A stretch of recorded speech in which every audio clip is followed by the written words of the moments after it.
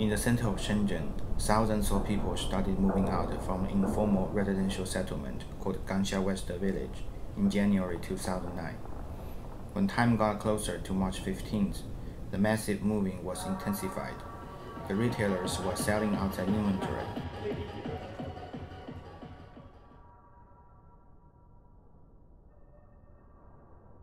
The contractors were collecting the recyclable building materials.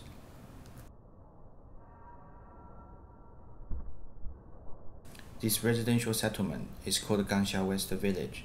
March 15, 2009 was the day officially set to shut it down for future luxury development project.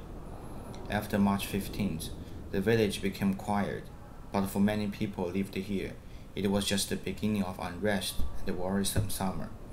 In the past decade, the village has housed more than 60,000 migrant workers and newcomers to Shenzhen.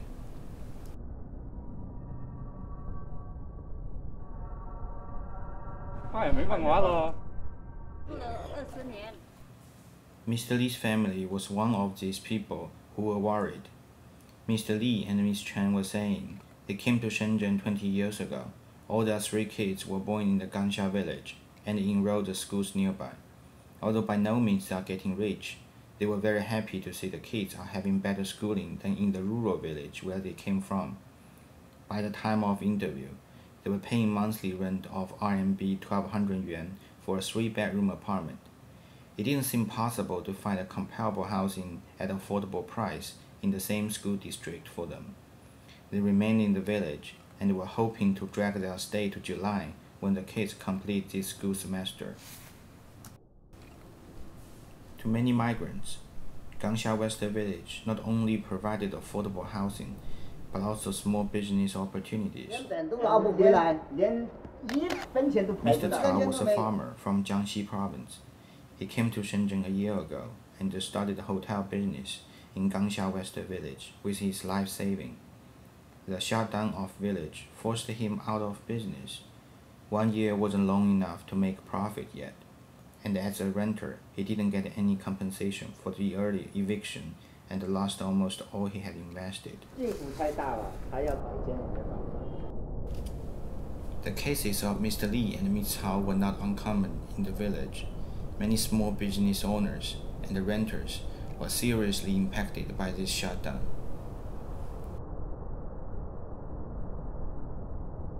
In April, the demolition and eviction were expedited. However, there were still some young people who were moving from one remaining apartment to another every day. The longer to hang in the village, the more they could save. Also, there was one video screening room remained open for the view of residents. Mr. Li's family could not hang in there until July. On April 18th, they had to move out Gangsha West Village. With a fixed budget for rent, RMB 1,200 yuan, they moved into a 20 square meter studio apartment. Now 5 people were sharing one bunk bed.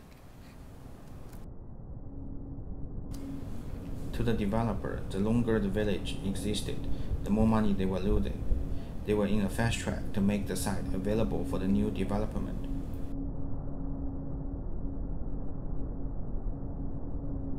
By August 6, 95% of building had been vacant and 50% of building had been demolished.